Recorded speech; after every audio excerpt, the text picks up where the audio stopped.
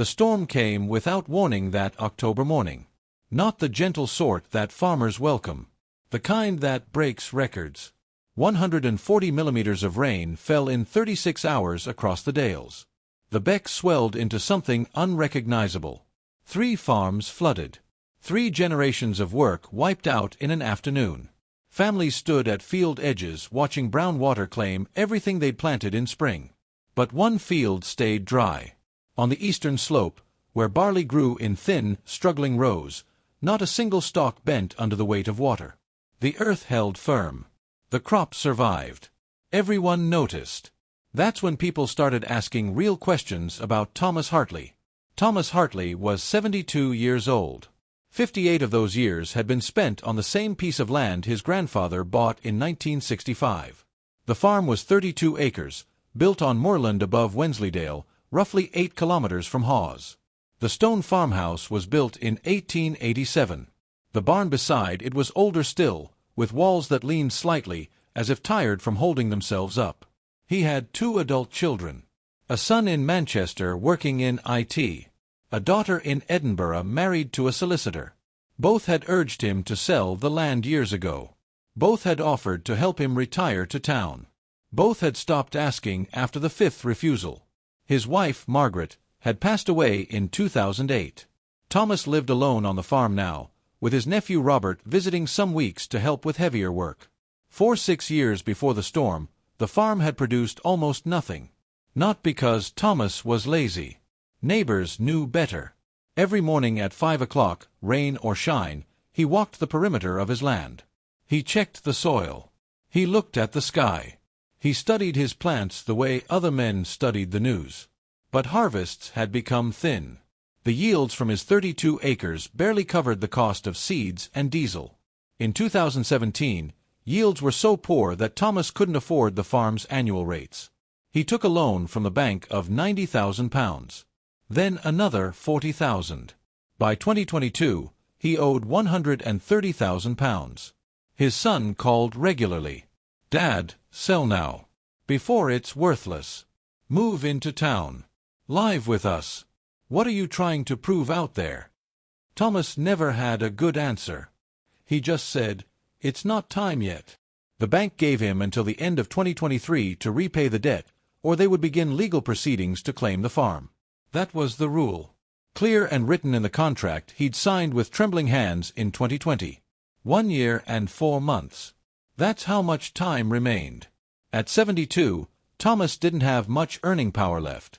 He wasn't healthy enough for the contract work that younger farmers took on. His state pension was £175 per week. Barely enough for fuel and feed. The only asset he had was the land. Selling it would clear the debt and give him perhaps £80,000 to £90,000 remaining. Enough to rent a cottage somewhere quiet. Enough to not be a burden on his children. It was the rational choice. Everyone in the farming community agreed. Then, in early spring 2022, something changed. Robert noticed it first. His uncle had ordered seeds in unmarked packets from somewhere in Scotland. Seeds for heritage barley, the old varieties that nobody grew anymore. Thomas also started working the land differently. He spent an entire week, just him and a mattock, turning over the northern quarter. Rocky, compacted soil that hadn't been properly worked in 30 years. The neighbors watched. "What's he up to?" asked James, who farmed the adjacent property. "Setting himself up for failure," said Martin, who'd owned the southern plot for 40 years with minimal success. One afternoon, Robert asked directly, "Uncle, what's this heritage barley? These seeds cost money. Your back isn't fit for digging like this." Thomas was standing in the field, shirtless despite the March wind, sweat running down his ribs.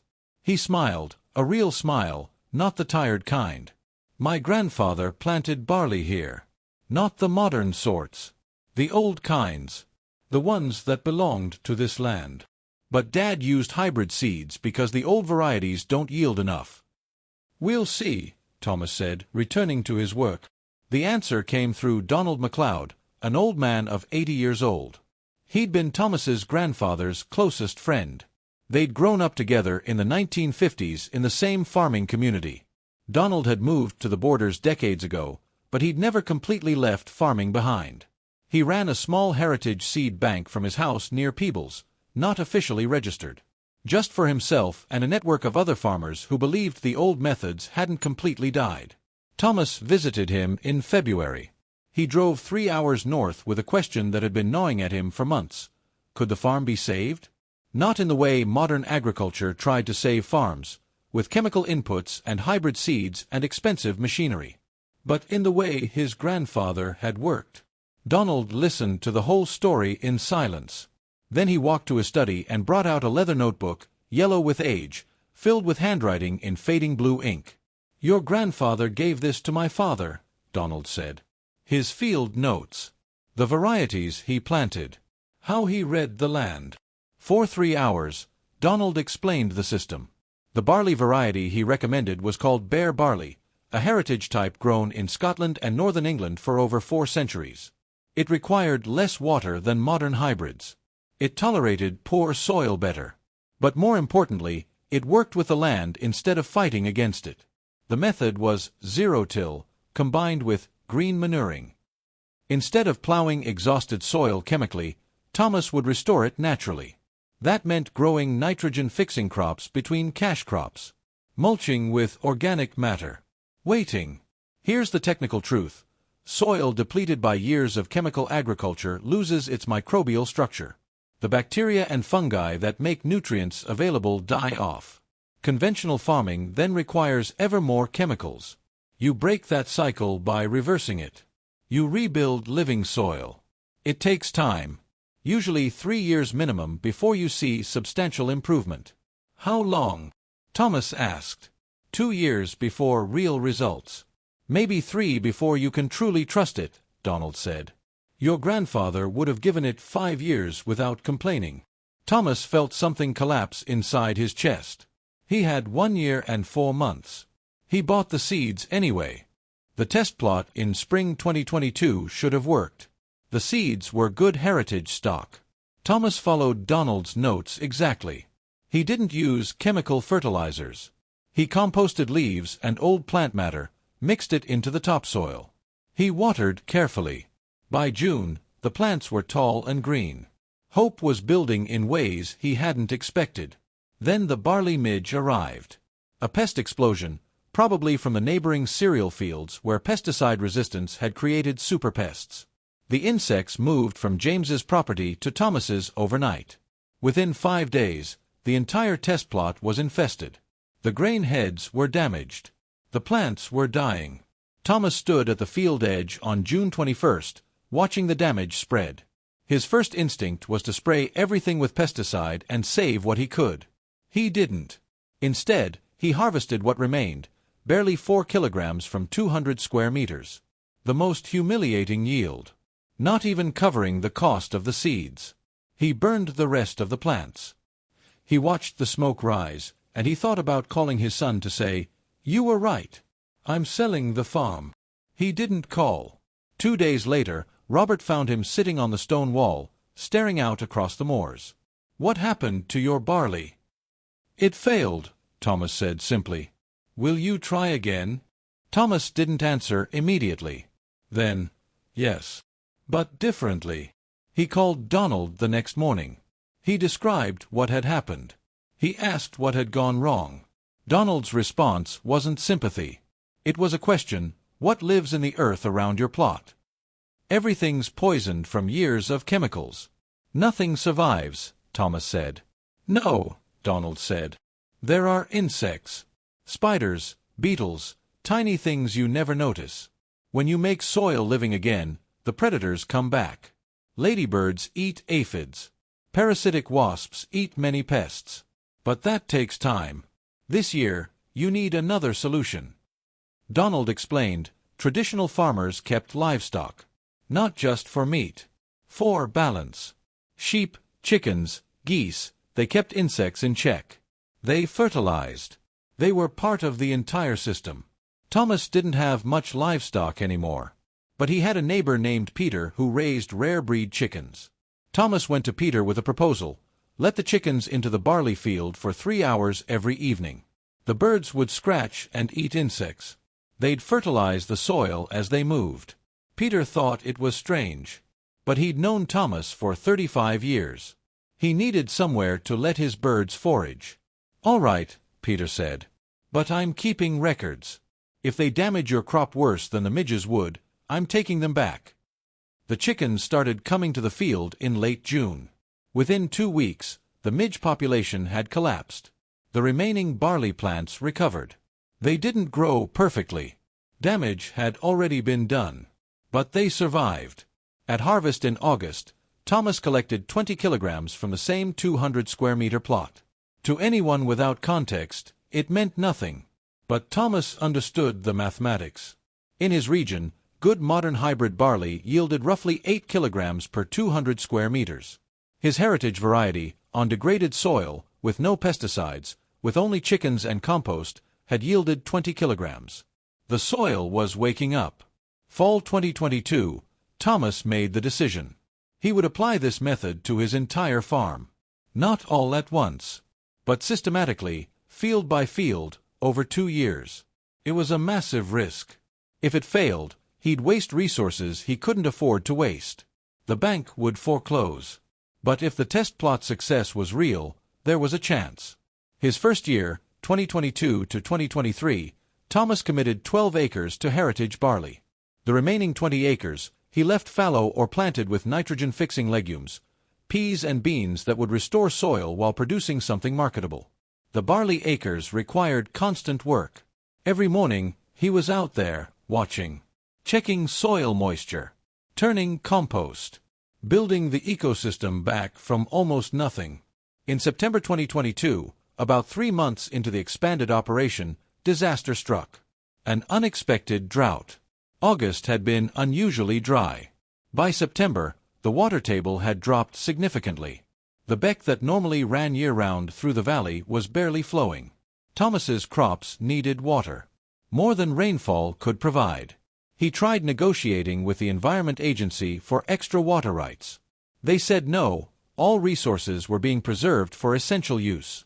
He couldn't buy irrigation equipment. A proper system would cost £15,000. He didn't have it. For 5 days, he carried water in buckets from the neighboring stream. It was absurd. Physically impossible to save 30 acres this way. His back screamed. His hands blistered. On the 6th day, Peter came to him with a solution. "My brother has an old irrigation pump he uses seasonally. He's not using it now. I'll ask him to loan it to you. But you have to return it by December." The irrigation pump changed everything. It was old, loud, but it worked. But this created a new problem: diesel costs. The pump consumed fuel rapidly. Thomas used 250 liters in September and October just maintaining basic watering. At £1.20 per liter, that was over £300 in fuel costs alone. £300 was nearly his entire monthly pension. He made a decision that surprised even him. He sold 8 kilograms of the previous year's heritage barley seed to a heritage seed cooperative that Donald was part of. Around £400. Combined with selling some of his legume crop early to a local mill, he covered the fuel costs. By November, the drought broke. Autumn rains came, and the water crisis faded. December 2022 was harsh. The barley crop, 4 months into growth, developed a fungal issue. A rust infection. Brown discoloration spreading across the leaves. Thomas noticed it on December 10th. By December 15th, perhaps 18% of plants showed symptoms. He called Donald in distress. "The crop is diseased. What do I do?" Donald asked him to describe it.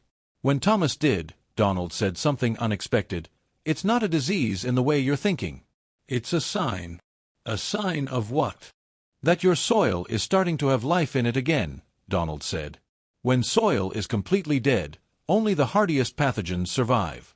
When soil is waking up, you get competition. Fungi, rust, things that mean the ecosystem is complex again. It's uncomfortable, but it means you're succeeding." "How do I stop it?" "Reduce plant density. Thin them out. Better air circulation. Remove the infected leaves and burn them. Spray sulfur powder. It's organic, won't hurt recovery. Just a coating, not systemic poison. Thomas spent 3 full days manually removing infected leaves and thinning the plant density. His back ached. His hands were stained yellow from sulfur powder. But the disease stopped spreading. By January, new growth emerged, healthy and vigorous.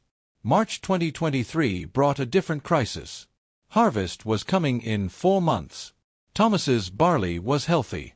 But global barley prices had collapsed. A massive harvest in Australia, surplus in Europe. The price per kilogram dropped from 40 pence to 22 pence. Even if Thomas's harvest was generous, his revenue would be barely half what he'd anticipated. He called his son in Manchester. "I might need to sell after all. Prices have dropped. I can't make the numbers work." His son, Michael, was quiet for a long moment. Then, "What if you ask the bank for an extension? Tell them the harvest is coming. Show them the crop is alive. Maybe they'll give you more time." Thomas hadn't considered negotiation. He'd thought of the deadline as fixed. But Michael was right. Banks were businesses. They preferred getting repaid eventually to confiscating worthless farmland. On March 21, 2023, Thomas went to the bank in Kendal. He brought photographs of his healthy, thriving barley. He brought his detailed ledger showing inputs and projected outputs. He asked for a 6-month extension, until June 2024 instead of December 2023. The bank manager, a younger woman named Catherine, studied the photographs carefully. She asked technical questions about the method. She seemed genuinely interested, not dismissive. "All right," Catherine said finally. 6 months. But I need to see evidence of the harvest by then. Real numbers." "You'll have them," Thomas said. Walking out of that bank, Thomas felt something he hadn't felt in years. Not complete security, but genuine possibility. In late August 2023, something odd began. The birds were unusually active. The grouse on the moors were more visible. Sheep were behaving restlessly. Even the weather felt different, electric somehow, heavy. One evening, Robert mentioned it, "The animals are unsettled." "How can you tell?" Thomas asked. "My grandfather used to say, before a big storm or flood, animals know. They get anxious. They prepare." Then, on September 3rd, James came by the farm. "BBC weather is showing a system building up. Proper weather. Heavy rain forecast for next week." Thomas checked his own forecast. It was true. A deep depression, unusual for early September, was forming. Predictions suggested 3 to 5 days of significant precipitation starting around September 8th. Thomas prepared. He checked his drainage ditches. He ensured crops were well anchored. He secured loose structures and equipment. But there wasn't much else except to wait. September 8th, 2023. The rain began. It came in waves. Not gentle drops. Sheets of water. The sky became a single mass of gray and black. By noon, water was running off the high moorland. By evening, usually dry gullies were flowing like rivers. By the second day, the beck had swollen into something unrecognizable. It burst its banks. Thomas stayed awake both nights. Not from fear. From observation. He wanted to witness what happened. The water came in 3 distinct waves. The first was just intense runoff, dangerous but temporary. The second, from the beck's overflow, was the serious one. It swept across the valley, across the lower elevations where most farming happened. By September 9th evening, Thomas could see the damage from his kitchen window. James's southern fields, the ones James had worked so carefully, using modern methods and expensive equipment, were submerged under 70 centimeters of water. His crop was flattened, destroyed, lost to rot. James stood at the field edge watching, his face hollow. Martin's northern property had fared slightly better. Higher elevation meant less flooding. But he'd still lost a significant portion of his crop. But Thomas's fields, elevated on the higher moorland, were dry. The water had run around them. The barley, though battered by wind and heavy rain, stood mostly intact. By September 11th, the rain stopped.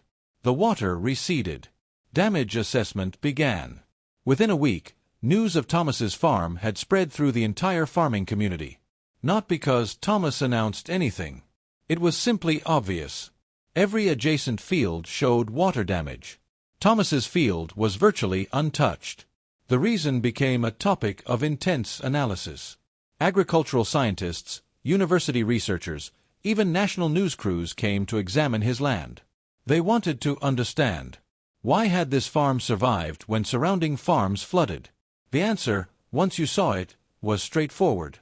The eastern moorland slope, where Thomas's farm sat, had been transformed by soil restoration. The organic matter Thomas had incorporated, compost, decomposed plant material, had fundamentally changed the soil's water-holding capacity and drainage structure. It drained efficiently. The root systems had created natural pathways for water movement. It wasn't magic. It was basic soil science. But to people who didn't understand agricultural ecology, it looked like a miracle.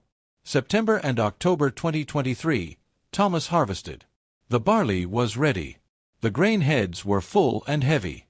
The yield was extraordinary by every measure. 12 acres of primary barley yielded 1,820 kilograms of grain. That's approximately 570 kilograms per 1,000 square meters, far exceeding what modern hybrids could achieve on this recovered land. He weighed it precisely, 1,820 kilograms. The legumes and rotation crops added another 440 kilograms of marketable produce. Total yield value, at fair market prices, approximately £2,400. It wasn't enough to clear his entire debt.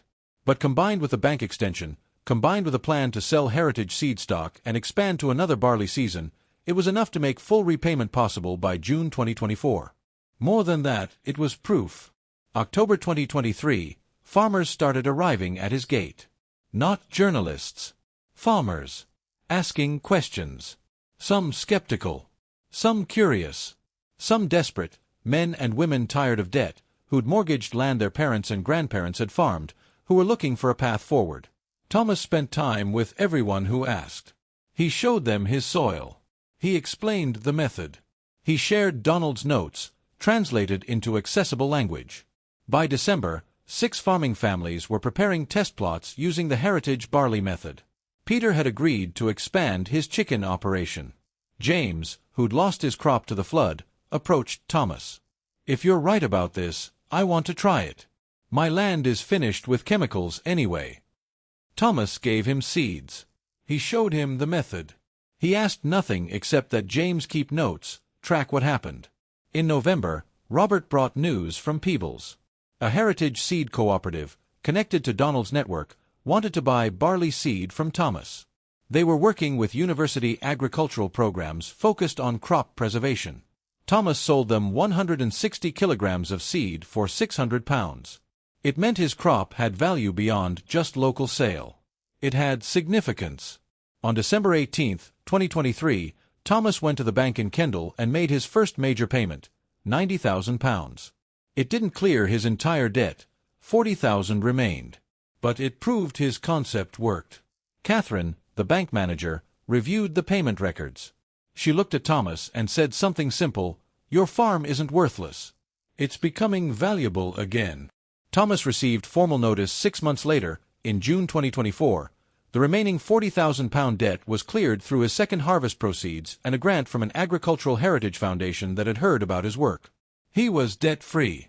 On a morning in July 2024, Thomas walked his fields alone. The barley was young, fresh green, maybe 2 months from harvest. His son called from Manchester that afternoon. "Dad, the news is spreading. People are asking me about the farm. About what you're doing." "What are you telling them?" Thomas asked. "That my stubborn father learned something his stubborn grandfather knew, and waited until he was old to use it." Thomas smiled. It was close enough to the truth. That evening, sitting on the stone wall watching light change across his restored moorland, Thomas thought about what Donald had written in the margin of his grandfather's old notebook. "The land remembers. We only have to listen long enough to hear it."